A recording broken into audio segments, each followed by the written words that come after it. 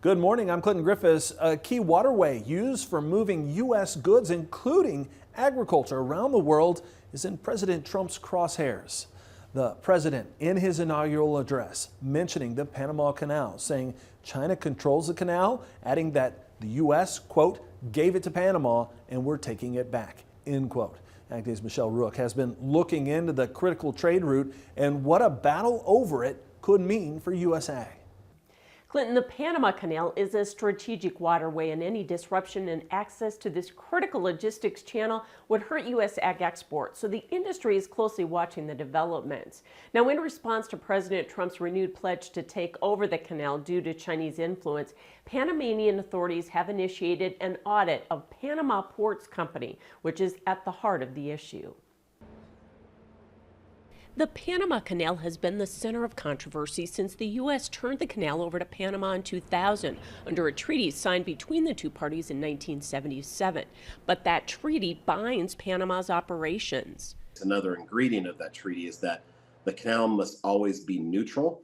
It can't prefer one country over the other.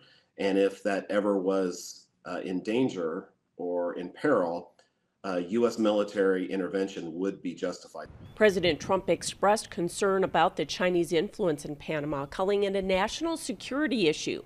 Stenook says China has provided some financing for a bridge over the canal, but at issue is their influence in two regional ports.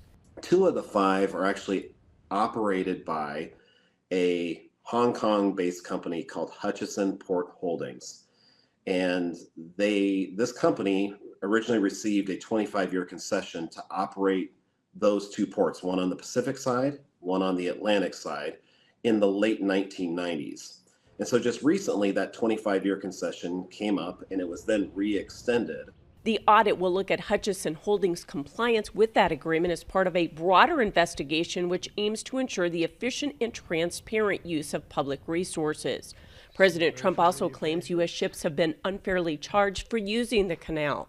Stenook attributes recent higher freight charges to the drought, which limited service, but also points out the tolls are transparent and governed by the treaty signed with the U.S. Part of the treaty, made sure that it had to be governed on a neutral basis, so one country, one industry didn't receive preferential treatment.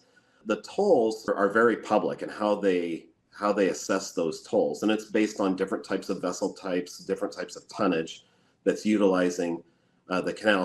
Meanwhile, Panama's president has declared Panama's control of the canal as non-negotiable, and so the ag industry can only hope for a resolution that doesn't disrupt trade.